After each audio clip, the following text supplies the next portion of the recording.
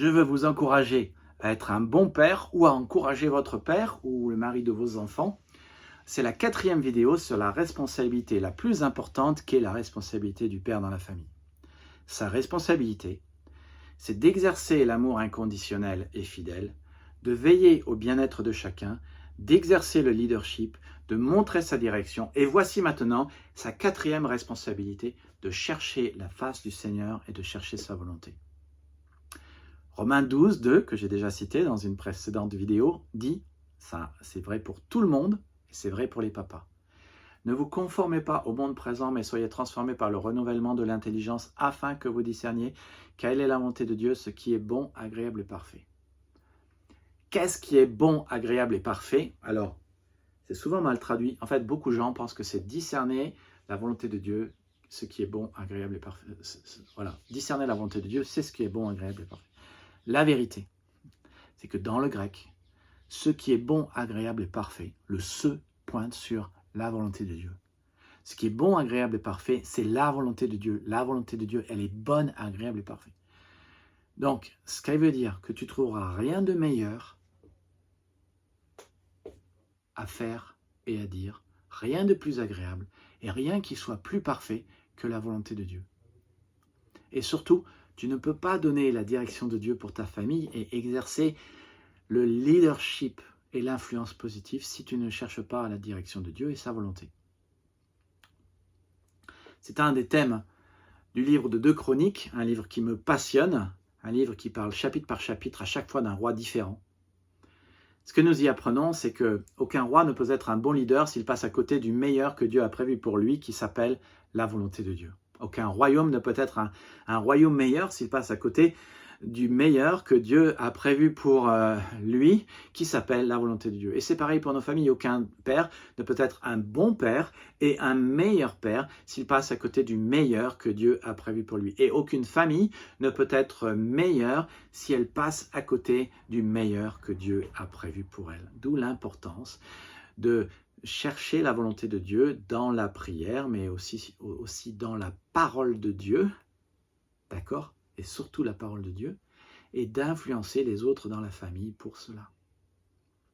Alors, quelques exemples de cela pour illustrer ce que je viens de dire. 2 Chroniques 26, 5, qui nous parle d'Osias et qui dit que tant que vécut Zacharie qui était capable de comprendre les visions envoyées par Dieu, Osias s'efforça de connaître la volonté du Seigneur Dieu, et tant qu'il le chercha, celui-ci lui accorda le succès. Connaître la volonté du Seigneur et le chercher lui accorda du succès. Et le texte sous-entend que quand Zacharie est mort, ceci a cessé, ce qui est le cas. De Chroniques 25, un chapitre avant, nous parle de son père. Amasia fit ce qui est droit aux yeux du Seigneur, mais sans grand enthousiasme. Et ça explique pourquoi il a fait alliance avec 100 000 soldats d'Israël qui ne craignaient pas Dieu et qu'il a adopté les dieux d'Édom et qu'il les adorait, qu'il leur offrait des sacrifices. Et c'est pourquoi le Seigneur se mit en colère contre lui. Si tu fais la volonté de Dieu, tu deviens meilleur et tu as du succès. Tu ne fais pas la volonté de Dieu et tu ne cherches pas la volonté de Dieu, alors Dieu se met en colère contre toi. Ça explique pourquoi beaucoup de familles ne vont pas bien. Et je pense dans les précédentes vidéos, j'ai parlé du mariage, j'ai donné une définition du mariage, mais beaucoup de chrétiens aujourd'hui ne se marient plus à l'église alors qu'ils le devraient. C'est Dieu qui unit, que l'homme ne sépare pas ce que Dieu a joint. Donc ça doit se passer à l'église. De Chroniques 24, 2 nous parle de son père Josias, du père d'Amasia. Il fit ce qui est droit aux yeux du Seigneur aussi longtemps que le prêtre Yoyada a vécu. Mais, après la mort de Yoyada, les chefs de Juda vinrent trouver Joas et lui rendirent hommage. Le roi prêta l'oreille à leurs suggestions, et c'est ainsi que les Israélites délaissèrent la maison du Seigneur. Nous lisons au verset 22 que le roi Josias fit mourir Zacharie, le fils de Yoyada. Et nous lisons qu'il fut capturé avec son armée. Le facteur qui fait qu'un roi va bien, qu'un royaume va bien et qu'une famille va bien, c'est d'écouter la volonté du Seigneur et de faire la volonté du Seigneur et de n'adorer que lui. Les deux sont liés. Celui qui adore, donc qu'il aime, fait la volonté de Dieu. Celui qui fait la volonté de Dieu prouve qu'il l'aime.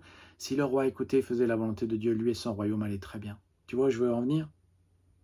Tu vois les applications pour nos familles? Quelle est la chose d'après toi qu'il est important d'avoir dans une famille? d'avoir un père qui écoute et qui fait la volonté de Dieu et qui influence sa famille à faire de même, et d'avoir chaque membre dans la famille à être quelqu'un qui écoute la volonté de Dieu et qui fait la volonté de Dieu. Si chacun dans la famille fait la volonté de Dieu, la famille devient meilleure. Qui doit être le premier à chercher la volonté de Dieu? Est-ce que ça ne devrait pas être en premier celui qui dirige la famille? Imagine si celui qui dirige la famille ne connaît pas la volonté de Dieu. Le problème, c'est que c'est souvent le cas. Dans une famille, souvent, on ne prend pas le temps de lire la Bible, le temps de chercher la volonté de Dieu. Ça, c'est vraiment le problème de beaucoup de familles. Mais tu peux résoudre la chose en disant à ton mari, « Je t'aime tellement que je ne te lâcherai pas. » Parce que la volonté de Dieu, c'est ce qui est bon, agréable et parfait. Parce que c'est ce que le meilleur que Dieu a prévu pour notre famille. Je souhaite que nous ayons comme priorité de poursuivre le meilleur. Et le meilleur que Dieu a prévu pour toi, pour moi, pour la famille, pour les enfants, c'est la volonté de Dieu. Et donc je souhaite qu'on fasse ça et qu'on lise 3 fois par semaine la Bible ensemble et compris. Tu sais, tous les soirs, de 20h30 à 21h15, il ne se passe rien. On peut s'arrêter, lire la Bible et prier. Je désire que ça soit une priorité. 3 fois par semaine, on le fera. Et je désire aussi que ce soit une priorité d'aller à l'église tous les dimanches ensemble. Parce que c'est ce que Dieu dit dans sa parole. 3 versets clés. Exode 20, 10. Dieu dit, tu me réserveras le jour du sabbat. Alors c'est dit, tu me consacreras le jour du sabbat. Mais consacrer, ça veut dire réserver pour Dieu. Ça veut dire que 1 jour par semaine, nous devons réserver 1 jour pour Dieu. Et dans Deutéronome 6, 23, Dieu dit, tu me craindras moi et tu n'adoreras, c'est Moïse qui dit cela, c'est tu ne craindras que Dieu seul et tu n'adoreras que lui seul. Qu'est-ce que tu penses qu'on doit faire le jour réservé au Seigneur? L'adorer. Donc on va à l'église. Donc 1 jour par semaine, on ne travaille pas. Ce jour, on jouit de tout ce qu'on a fait et on jouit du repos et on va à l'église. Et Acte 27 montre très bien que le jour où les disciples adoraient le Seigneur, c'est le dimanche. Alors, très exactement, c'est le samedi soir. Parce que le dimanche commence le samedi soir et se termine le dimanche soir. Mais tu vois, tu ne peux pas connaître la volonté de Dieu si tu ne lis pas la Bible et si tu ne vas pas à l'église. Et on a toujours besoin d'avoir quelqu'un qui nous enseigne, quelqu'un qui nous fait voir ce qu'on n'arrive pas à voir dans la parole de Dieu. Voici la clé pour des familles qui vont mieux. Pour ton cœur, pour tes relations, voici la clé pour une famille qui va mieux, c'est un père qui se soucie de Dieu et qui cherche la volonté de Dieu et qui influence ses enfants et sa femme pour qu'elle fasse la volonté de Dieu. Et si tu n'es pas papa, mais tu es une femme, tu peux influencer ton mari pour que vous fassiez ça.